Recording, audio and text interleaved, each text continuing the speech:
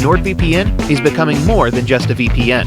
Threat protection will guard your device against malicious websites, malware, trackers, and intrusive ads, even if you're not connected to a VPN server at the time. Step up your cybersecurity and stay safe.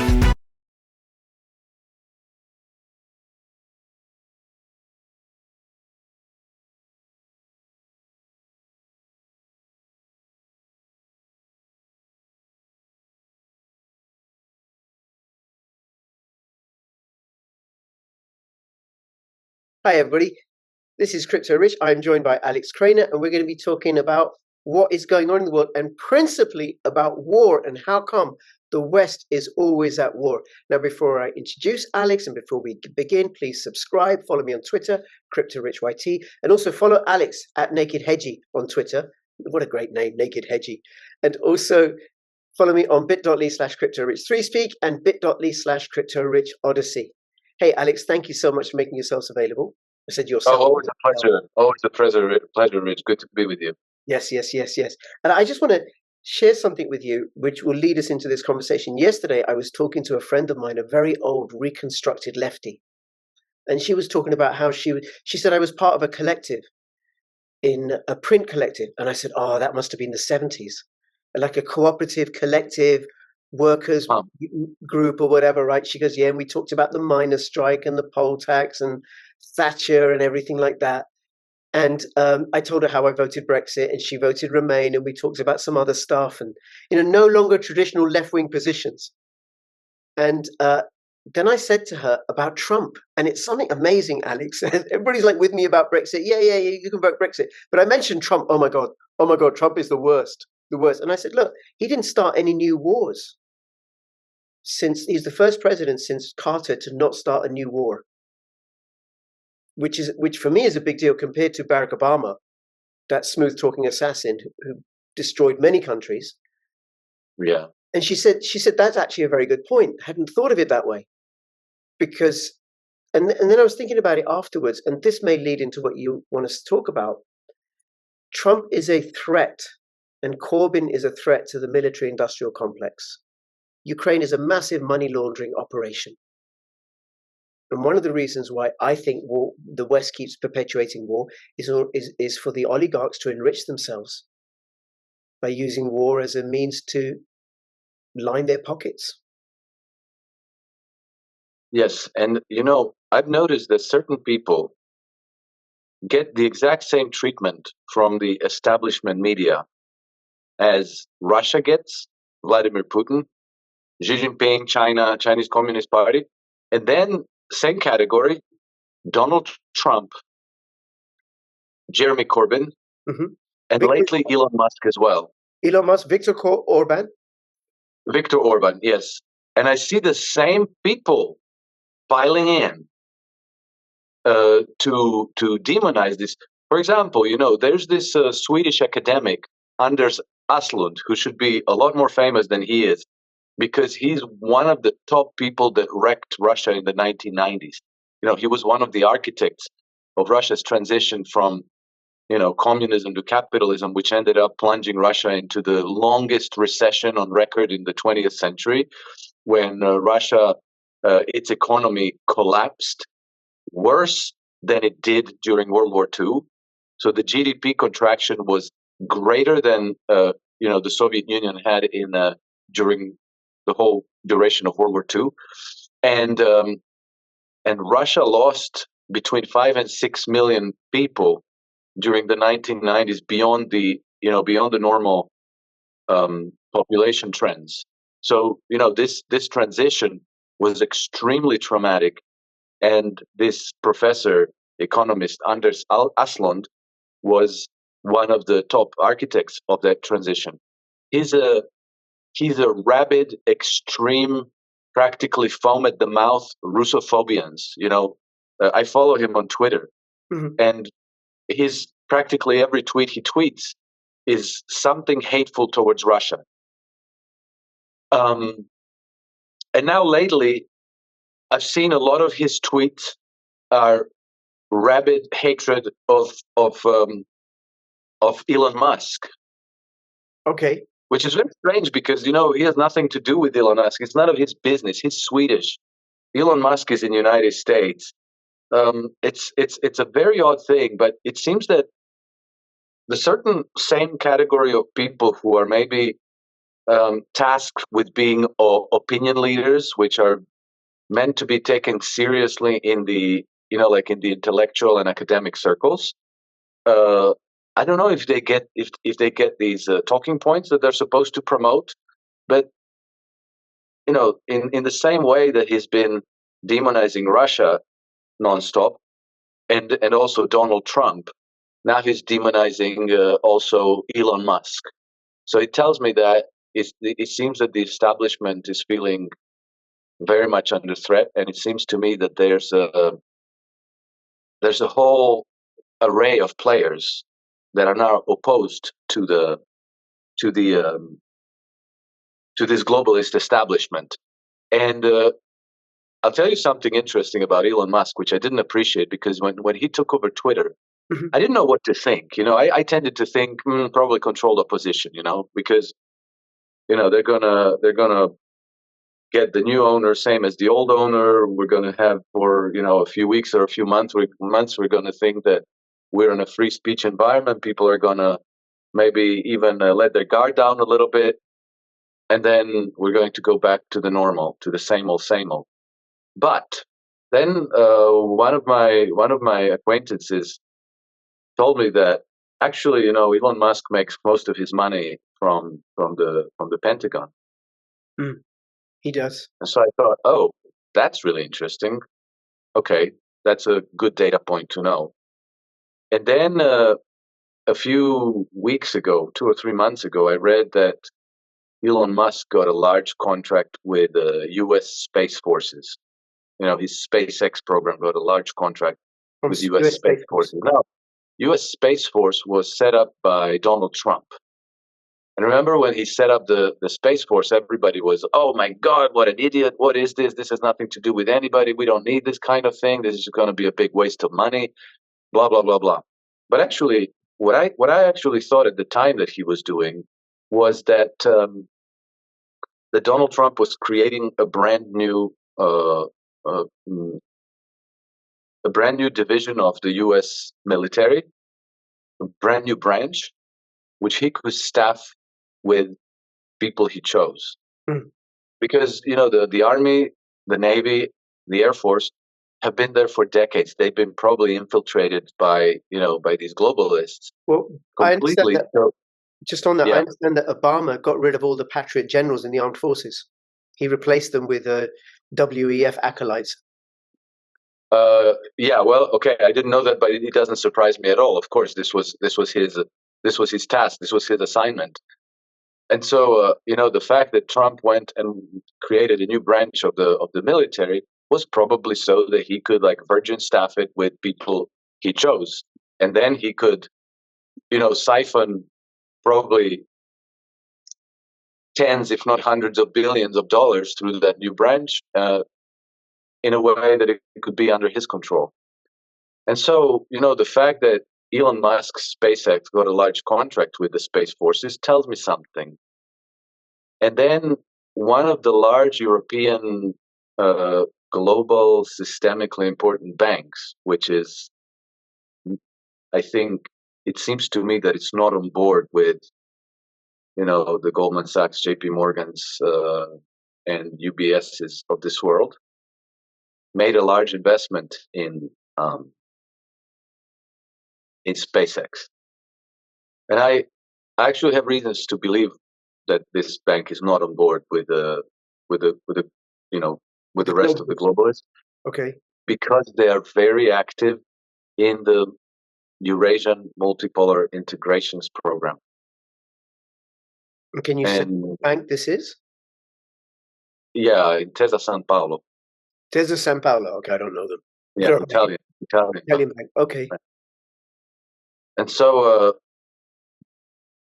all these little dots, if you connect them, you get a vague sense that there's a real opposition to this globalist movement, to these Davos elites. and that it's not just the Russians and the Chinese, that they're actually, maybe not anti-humanist, patriotic people who still are near the seat of power. And I think that Donald Trump is one of them. And it is for that reason that he's being treated by the media in the same way as Vladimir Putin is, Xi Jinping. And this is why many people who, are libertarians, or they're leftist, traditional leftist kind of people who uh, maybe still want world peace and don't want, pervasive censorship, Yep. police states. Who believe in the value of the Nuremberg Code. Exactly. I'm These one of those. people think that Donald Trump is the devil Okay, because he has been treated like the devil in the media for many, many years now. And you know how it is with the mainstream media. When they take somebody on the bad side, there cannot be one even halfway nuanced story about them. It's all just bad. It's all just negative. And it's so pervasive that, even if you know that the media are lying to you, it, like the dirt does rub off. Yeah. Okay. And so, that's why I think your friend, in spite of everything, ended up with an extremely negative opinion about Donald Trump. I mean, well, yeah. I mean, but there's so much smearing of him over so many years. And was it Goebbels said, if you repeat a lie often enough, then it becomes like the truth. People believe it. But I want to say about Elon Musk, to take it there, because there was his recent trip to Israel, where essentially it seemed to me from the pronouncements that he made is that he's on the side of the Zionists, offering to rebuild and talking about how the Israelis are suffering, but not even-handed. He wasn't being even-handed in going to go and visit Gaza as he was invited to do so. And also the appointment of Yacarino. And then I know there is censorship on X. People do get shadow banned. They do get censored. That still goes on. Alex Jones is not yet back on Twitter. So what do you say to that? I don't know, but Rich, you remember what happened to Jeremy Corbyn? Yeah. I think that if you go against the Zionist movement, if you fall afoul of Israel, I think that they come at you with extreme prejudice, and they can completely destroy you, as they did to Jeremy Corbyn. So I think that many, probably public leaders, many politicians, took that as a real lesson. And so, I wondered about Robert F. Kennedy Jr., about some of his statements, about some of Donald Trump's statements, and so forth. And I thought, extraordinarily inappropriate, very unbalanced, very biased. Why? And I thought they must be afraid of falling afoul of this because they don't want to be Jeremy Corbyn. Could be that, but I mean, with Trump, I wanted to get back a second to Elon Musk, because I think that it's very difficult. No, not Elon Musk, Donald Trump. Yeah. One of the things that I pointed, you pointed out to your friend that he never started any of the new wars. One of the way he earned a lot of contempt and even hatred from people is when he kept U.S. troops in Syria. He said, like, "Oh, we're just keeping them there for the oil." Remember? Yeah, but he wanted to get them out first. The Pentagon refused. Exactly.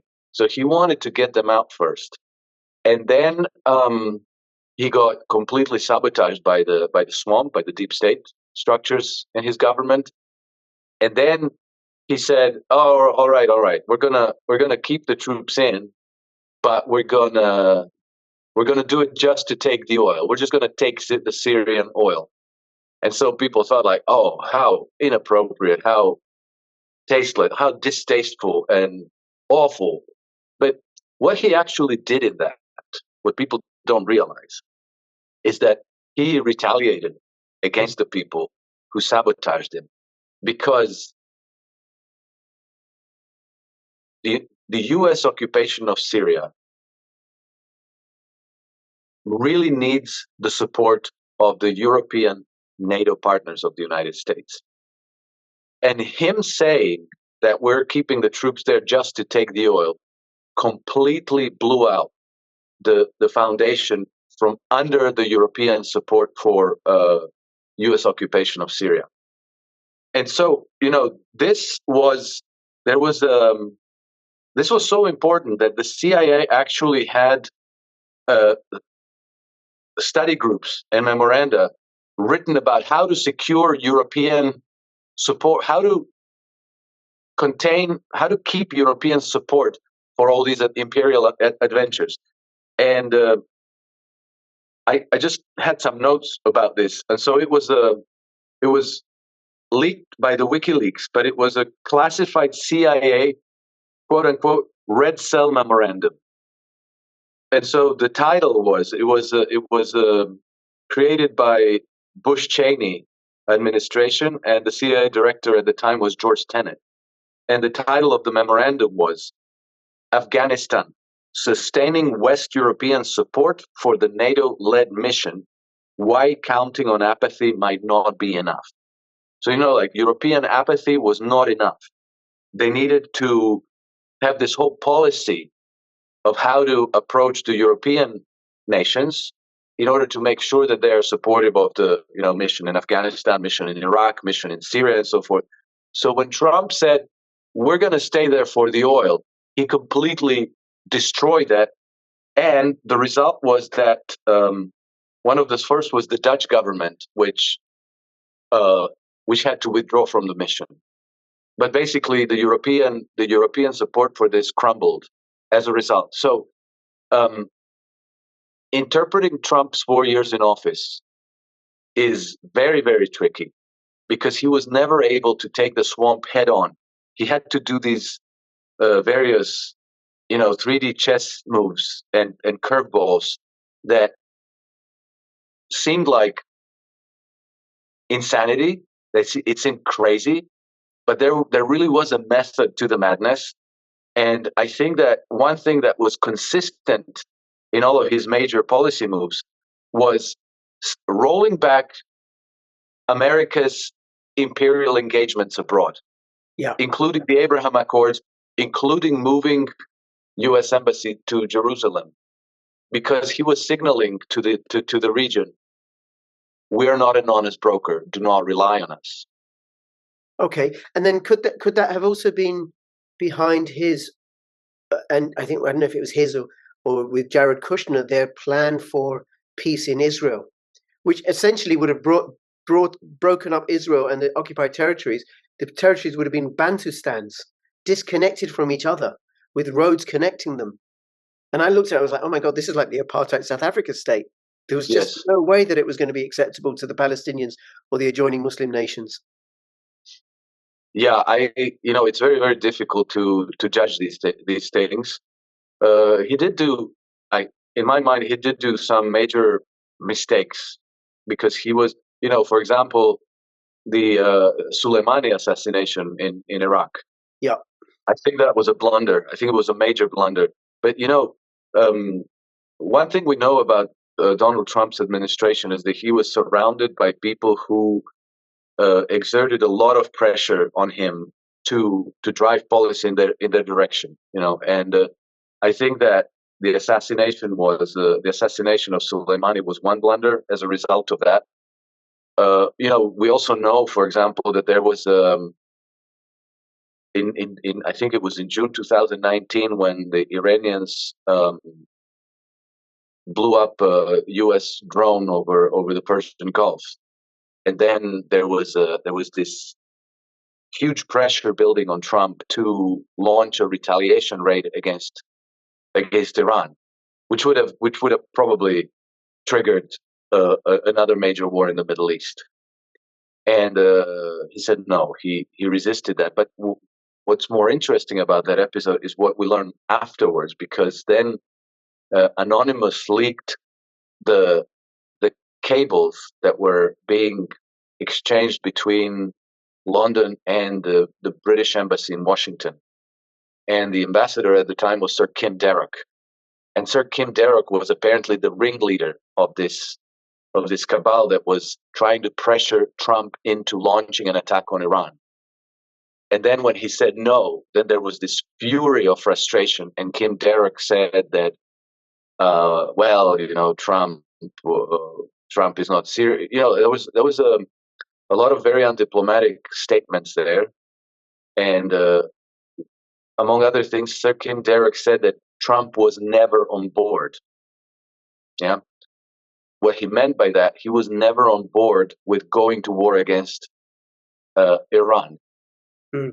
And so, as a result, Sir Kim Darroch had to be withdrawn and replaced with a different ambassador because it became completely a scandal. But all scandals that involve Britain are always immediately kind of muffled and silenced, and so people usually are not even aware that any of this is happening. But the thing was very real, and it was quite a serious diplomatic incident between the United States and Britain, and this is why Sir Kim Darroch had to be recalled and replaced. But one of the things that he was saying in those cables before Trump said no was that, yeah, Trump is not on board, but we can influence it by flooding the zone around him. He used that term, flooding the zone, meaning that like every advisor that he talks to is telling him, no, retaliating is the right thing to do. No, we should attack Iran. We should bomb Iran. We should launch a missile attack on Iran. Like if everybody tells you, no, you absolutely have to do it. This is the right thing to do. Your re-election depends on this. You should be a wartime president. Then maybe you say like, the hell with it. Let's just do it. Yeah. And you get swayed. It's hard to resist. Yeah, it becomes different because you're surrounded by these people. And so, I think that something similar happened in the case of Soleimani assassination. We know that Mike Pompeo was the ringleader there, and he eventually prevailed and got Trump to order that assassination. And the Israeli lobby, and then Sheldon Adelson financed his presidential campaign. So obviously they had very, very, very significant influence in the Trump administration. So no question about it that on some policy issue he was manipulated and misguided, and that peace proposal for Israel was probably one of them. Right. But there's also a possibility that one of the explanation is that proposing a completely unworkable peace proposal that is going to be rejected 100% is a way of saying, work it out yourselves, don't rely on us. So I would not dismiss that. I think it's unlikely, but I would not dismiss it completely as a possibility. That right. That's or even like, okay, you got this really bad Trump Kushner idea proposal, or you got the two-state solution, or something else that you can create. Okay, so yes. the Kushner idea ain't gonna fly because it didn't get revived. Okay. Yeah.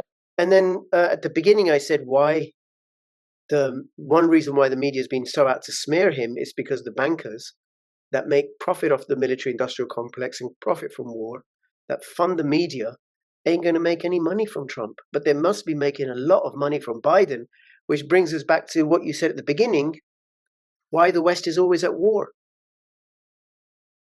Yeah, I think it's actually the rationale is a lot bigger than just money that the military-industrial complex makes from waging war. I think that's just a convenient thing aside. Mm-hmm. But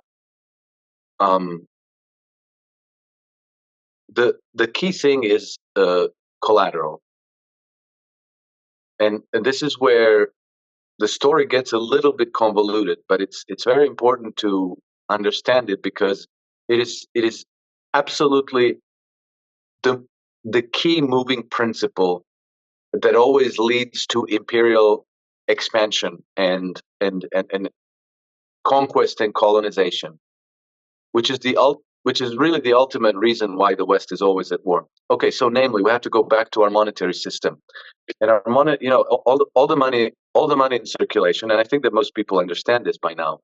That all the money that ever goes into circulation is always only the principal, and it's the principle of debt. So if there were no debt in the system, there would be no money in the system at all. The only way any amount of money goes into circulation is by somebody taking on debt. Mm. It can be the government, it can be businesses, it can be individuals and households. And so by taking on debt, they put money into circulation, but only the principal. But the principal, the loan has to be paid back with interest, right? So let's say on a typical mortgage, 20, 30-year mortgage, okay, let's say 30-year mortgage at 5% interest, pretty much you're going to be paying double over those 30 years. Let's say you bought a £500,000 house. You have to repay $1 million, but only $500,000 came into circulation. So where do you get the other $500,000? It simply physically doesn't exist anywhere. It's an impossible thing. The only way you can get $1 million is by earning it from other people, by working or selling goods or services into the economy. And then you earn that money off of other people, and then you can pay your £1 million loan. $500,000 loan and $500,000 interest. So the whole scheme depends on other people raising debt, taking on debt, right? And so, but even those people, when they take on debt, they have to pay it back with interest. So more people have to take on debt. And so this is how money actually comes to circulate in our economy, just people taking on debt. And then you having to earn it. It's a massive Ponzi scheme. Mm. And a Ponzi scheme is only stable for as long as it grows. So let's say if the market interest rate is 5%, then the monetary mass in an economy has to grow at least at a rate of 5%. If it doesn't, it's mathematically certain that a certain percentage of all the participants are going to go bankrupt. Yeah. Because they won't be able to pay back their debts plus interest. And if they go bankrupt, then that purchasing power disappears. Their debt, which represents assets, when you take on debt, the loan you take is a liability to you, and it's an asset to the bank. If you go bankrupt, then that asset on bank's books becomes worthless. So it's just like the bubble implodes. And then if I went bankrupt, then that bit of purchasing power that exists is going to disappear. So it's going to slightly shrink the economy. One buyer is out of the game. And then, maybe some of my clients are going to go bust also because I won't be able to pay my bills to them. And so maybe they go bust. So what you get is a very fragile system that easily implodes into this deflationary death spiral, because it's a self-reinforcing chain reaction that just like people start going bust, right? And so the system has to continuously grow. But there comes a point where the economy is saturated with debt. Like let's say you're making let's say £100,000. How much debt can you take on? You can't take 10 billion, right? Yeah. You can maybe you can maybe be in debt maximum £500,000 in debt at the current interest rate, but no more. And so if you're earning 100 grand, you're £500,000 in debt. You go to a bank and you say like, well, I want to borrow more money. They're going to say no. You're all you're full up. And so the system comes to a point where it can no longer grow. Everybody has a house, everybody has a car or two, everybody has clothes, everybody buys adequate food every week or every month. And so the system stops growing. At that point, the system would have to go into this deflationary death spiral. So what do the bankers do? They are very, their incentive is to keep the system growing, to keep lending out more money, because you need to lend out more money to make everything else from collapsing. But to lend more money, you need collateral, right? Otherwise, you're just printing fiat, and then the whole currency thing is going to become worthless. And so, where do you get more collateral?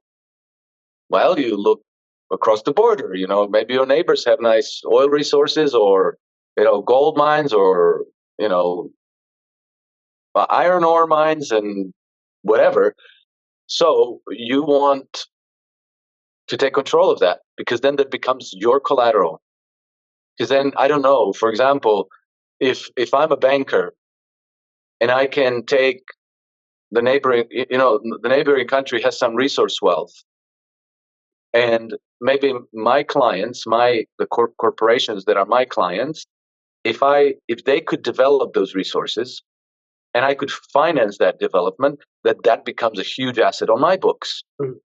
All right, so let's make this whole thing real, so that people have an idea that it's not just abstract concepts, but this is actually how things happen. So in 1991, the Soviet Union collapsed, right? And almost immediately, Dick Cheney's Halliburton sent prospecting teams to the Caspian region to see about the oil resources there, the oil reserves that were available there. And they came back with a report saying that this could be another Saudi Arabia worth of oil reserves, and that it could be worth multiple trillions of dollars.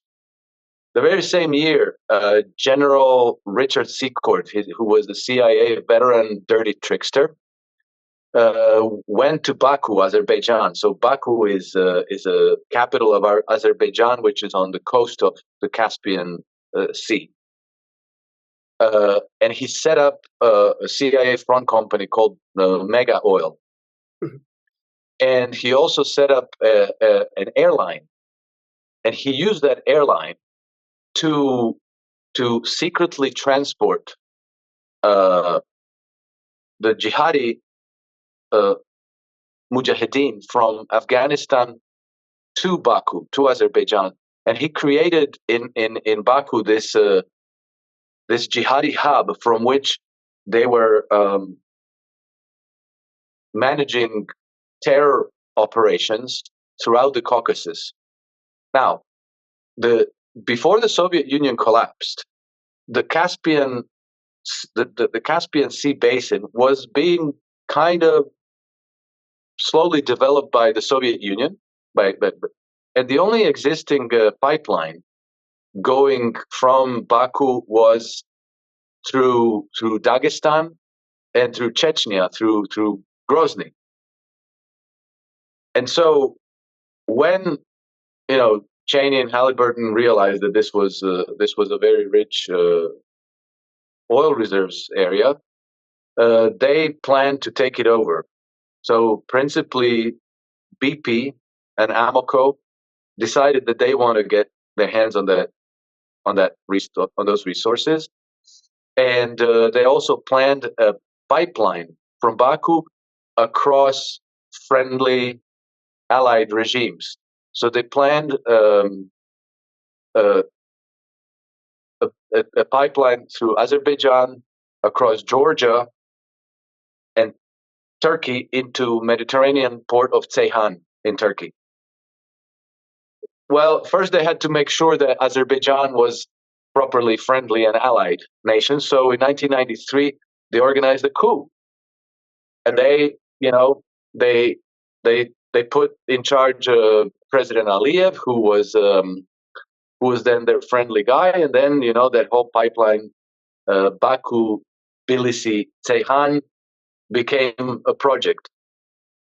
And they also had to destroy the Russian pipeline that went through Dagestan and Chechnya. So what happened is that they started deploying all these mujahideen that they recruited in Afghanistan and elsewhere, to lead terror attacks on in Chechnya and in Dagestan. And so, if you think back in the early 1990s, and I remember that because I was a senior in university and I kind of paid attention to world events. But back in the day, we had CNN and we had Sky News, and that's what I watched every day. And you thought like, oh, these poor Chechens, they just want their independence and they want to exercise their religious freedom after 70 years of communism, and of course they're fighting. And these nasty Russians are waging a war against them. It's a brutal war, and look, Grozny is all destroyed. But what people don't understand is that there was a CIA who cooked up the whole pot, and they stirred the whole pot of terror in Dagestan, in Azerbaijan, in Chechnya, and attacked Russia, not because anybody cared about anybody's human rights or religious rights or independence, but because they wanted to make sure that they control the oil resources of the Caspian region and the pipelines bringing that oil into the Mediterranean and onto the Western markets. And so there was, how do we know all this? There was a secret report published by the Turkish intelligence about all this, which was subsequently leaked to the Times of London, and they ended up published. And so we know how all that happened. But if you were just an unsuspecting consumer of these media, you watch BBC and CNN and all this, and you felt like, wow, all these terrorists and all these wars, and very complicated. It's not that complicated. It's always about resources, because those resources are then a collateral. And then another thing to appreciate is that matters to the bankers. It doesn't so much matter to BP and Amoco, okay? Because in that equation, you had, I don't know, maybe Lukoil or Rosneft who were developing those resources prior.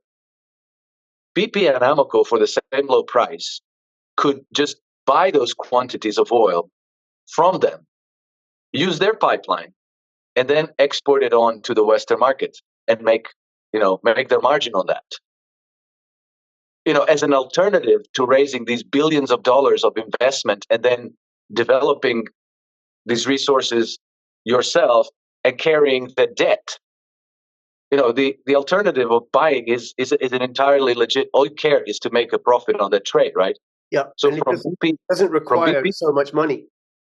Exactly. So from BP's point of view, or from Amoco's point of view, they don't need to control those resources. They just need to make a deal with the Russians to say, like, well, sell us a million barrels of crude oil per week, and we'll pay for it, and we'll sell it on to our markets.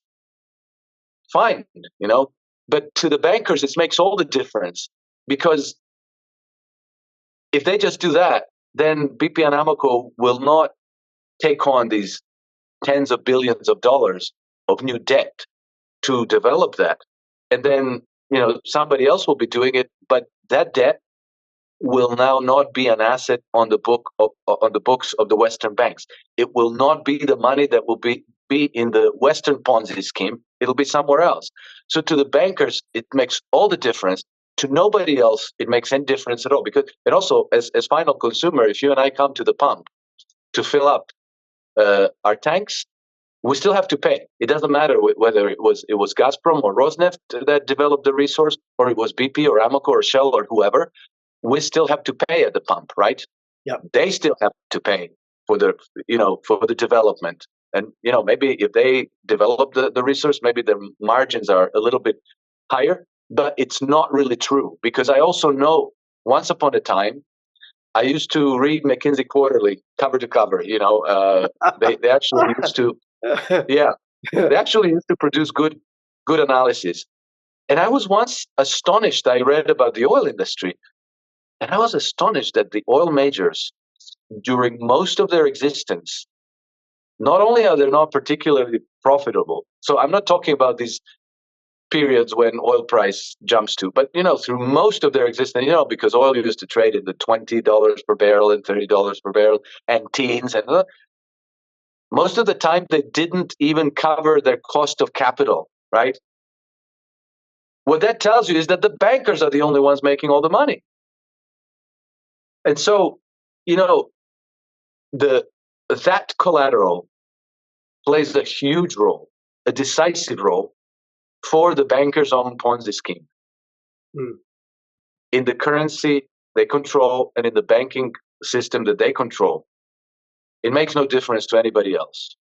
And it also makes, well, yeah, sure, it makes a difference to the military-industrial complex because then they get a lot of money to go wage war elsewhere and to sell arms to Azerbaijan and to the Chechens and to the But they're Turks and the downstream of the bank. So it makes a difference to the military-industrial complex, but you know, to the refiners of oil, to the traders of oil, to the consumers of oil, it's the same thing. So it's always and in every case this quest for collateral that is the ultimate root cause of imperial conquest, of colonialism, and of this never-ending wars. And you see once you know what to pay attention to, you see the evidence of it all the time and everywhere and across the centuries. And when who was it? The guy who broke the Pentagon Papers. Daniel Ellsberg? Yes, Daniel Ellsberg, who wrote when he went to the Pentagon Papers that he was taken aback by the fact that practically all of it was nonstop discussing the mines of tin and rubber and oil, and it was all about that. Yeah. And when you read the War is a Racket by Smedley Butler, his whole career, he said, I was the high class racketeer for J.P. Morgan and Standard Oil and all these corporations, and he said I made Haiti safe for the United Fruit, and I made Colombia. You know, he has a whole long paragraph about what his waging war around the world actually accomplished, and he says I was the high class racketeer for Wall Street and the big corporations. Yep. No, thank you. All wars are bankster wars, and I can get it for resources, given and also looking at Europe's imperial history. Yes. Plundering Africa and India for their resources, and Australia and the United States, and North America then, right? All for resources. Very good, very good. Thank you, Alex. Now, the Israel-Gaza conflict, because there was something on Jimmy Dore the other day, and I've come across this, and I remember talking to Tom Luongo about it a few weeks ago. There's the idea of the canal, and then also the gas fields off the coast of Gaza. Yes. Now, and also, you know, in the past, the oil resources of the Middle East. Yeah. So, you know, I used to, you know, I came across books and papers in the past which kind of lay the blame for the whole mess in the Middle East at the foot of the British, and that they, you know, in the same way that we see migrations from North Africa and the Middle East moving to the West and from South America to the United States, that this was like a big migration of Jews from, you know, from Western European nations to the Palestine, and that they deliberately did this to create like how do you call it, a flashpoint which they could detonate to destabilize the region at any point. And I have to say that at the time when I read these things, I had a hard time believing it, you know, because that is, you know, after everything the Jewish people went through, you kind of wanted to believe that this was some kind of an altruistic thing of giving them their homeland. Yeah. And then I just kind of thought like, this is a bridge too far for me, so I kind of parked it. But then when Alex, can I come in? Can I come in? Yeah, absolutely. Because I can get that. That was a whole idea. It's what I was taught and what I read. Yeah, we have a homeland for the Jewish people so that they never ever have to go through anything like the Holocaust again. Except imperialism is not an altruistic exercise. It's not selfless. It may present itself as that, and I can certainly see. You know, when you said before you said flashpoint, I was thinking agent provocateur. You plant these this group of people, colonial settlers, It's colonialism by proxy. We're going to take these Europeans, okay, they're of the Jewish faith, and we're going to plant them in this bit of the land surrounded by Muslims. We're going to arm them, support them, finance them and everything, and give them weaponry and military and intelligence, and then, laud them in the media and everything, and teach everybody about them, that they're the good people and stuff. And then when we want, they're going to shake things up. Like you said a few videos ago about the ants and stuff. Well, now I'm thinking more like wasps. You plant these wasps or these hornets inside a bee's nest. Yes. And the hornets go out and attack the bees. Yes, yes. And you see now the experience that kind of started me questioning everything again was the pandemic. Yeah. Because I honestly, and this may be, maybe in itself is not a correct position, but I expected that they would treat Israelis better. Like I would have expected that the pandemic experience in Israel would be more like along the lines of Sweden. Because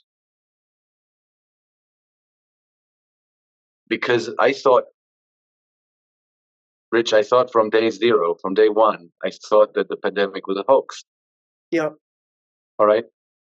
And so I thought that, who can play a large hoax on the whole planet? Well, it has to be at the very top of the pyramid of actual power. And so there you get inevitably to the global banking cartel. Yeah. And I thought that in the banking cartel there was some kind of a benevolent concern for Israel and the Jewish people. Alex, imperialists don't care. I know.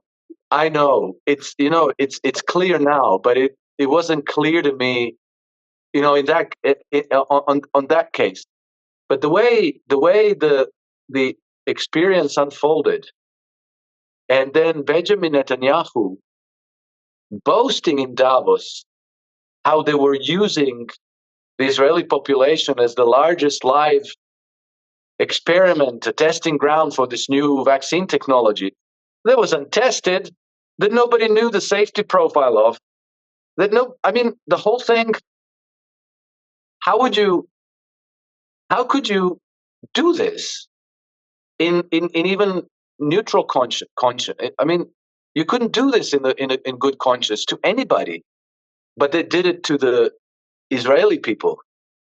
And so I thought, my God, maybe that, and then, like now what happened on October 7th, I was immediately of the opinion that we were dealing with a false flag.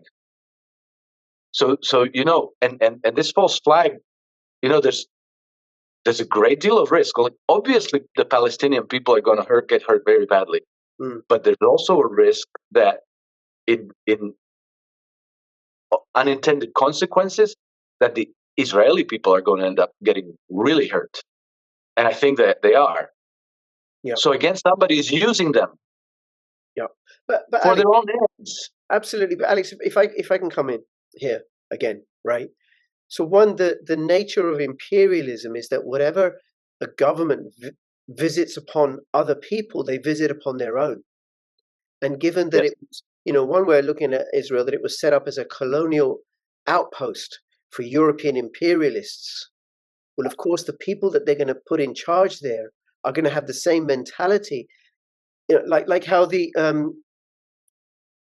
never-ending wars of the United States, everything that's been put in place is now being brought home to terrorize the American people, because imperialism comes home and it's happening in Europe. That we're being treated just like the imperial subjects were.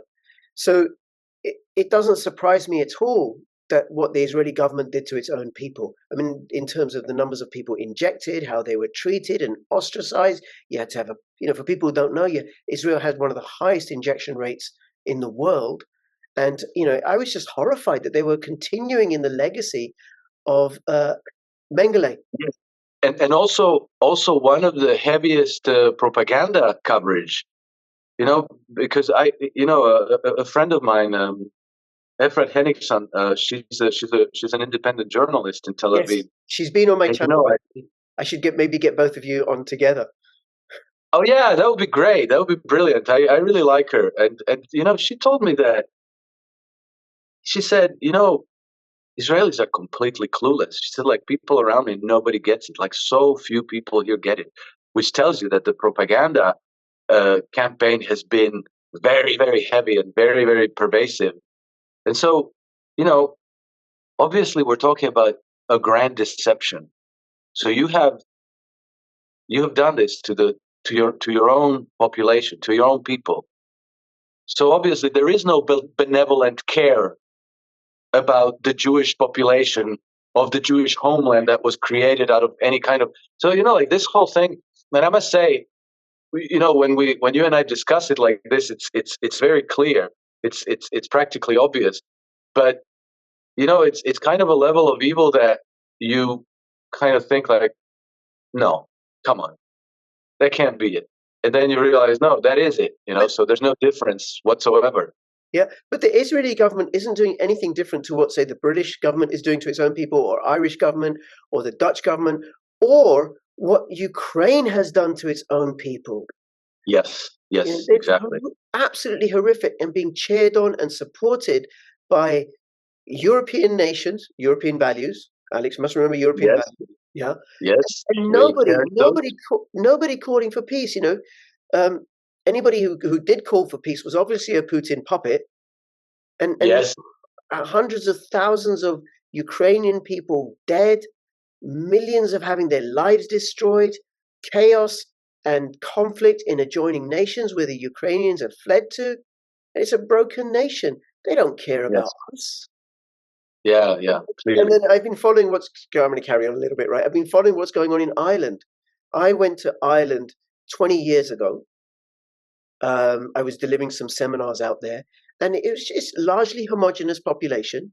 I was surprised to see anybody who wasn't Irish. It's like, oh, there's someone. I didn't.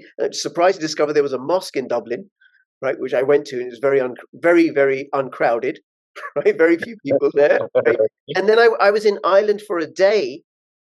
I think earlier on this year, because I took my daughter and her friend, both under 16, for a play date with a friend in Ireland. So I was only there around Dublin Airport for a day, and it looks like London to me. And I was like, oh my God, what's happening? And I've been doing interviews with people from Ireland, like Jana London, part of the Natural Women's Council, and Dr. Pat Morris.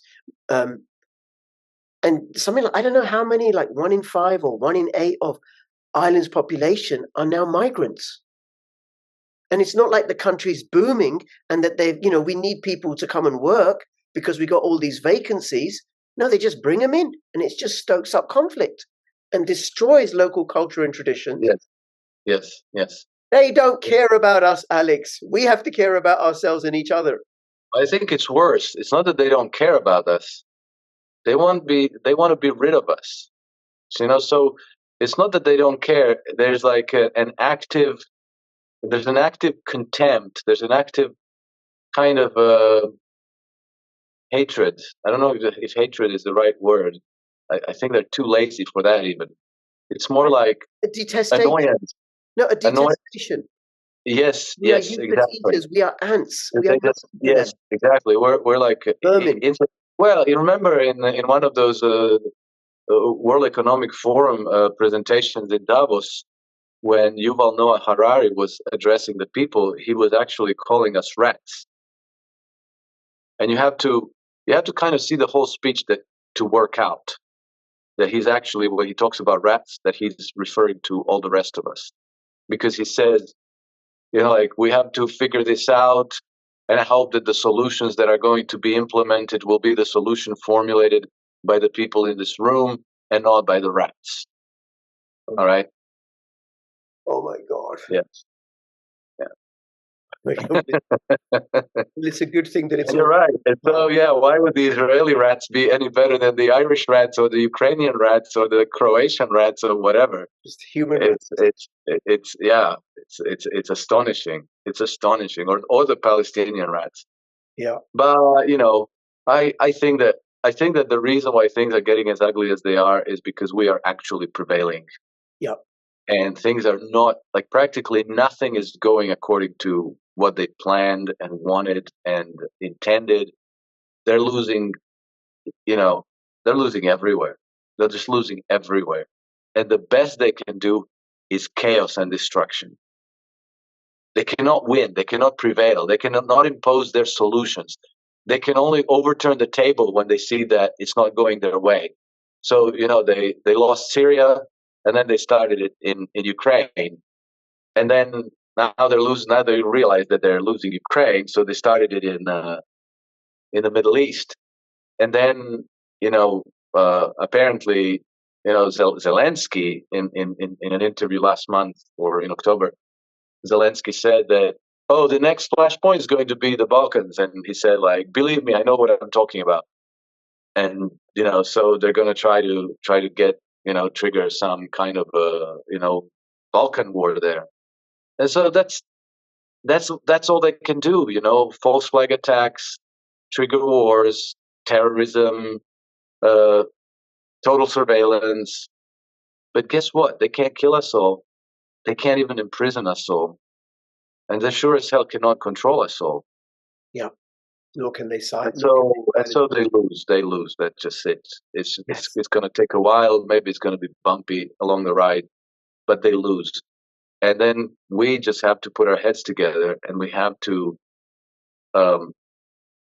rethink, reimagine, and rebuild the future. We need to build back better. Our reset, not their reset. Exactly. We need our reset. We need to build back better, but the way we want it, not the way they want it. Absolutely. Absolutely. Alex, thank you so much. Thank you. Do you want to say where people can find you? All right. Yeah, absolutely. So I'm easy to find on Twitter. My handle is @NakedHedgy. And I have a Substack, Alex Krainer's Trend Compass. And then I have my personal blog, The Naked Hedgy, and I have my professional website, iSystem Trend Following, for people who do portfolio management and trading and investing. And I have a YouTube channel, but that's on my New Year's resolution list for 2023 to post more videos. So far, I haven't posted any this year because I discovered that YouTube is a lot of work. And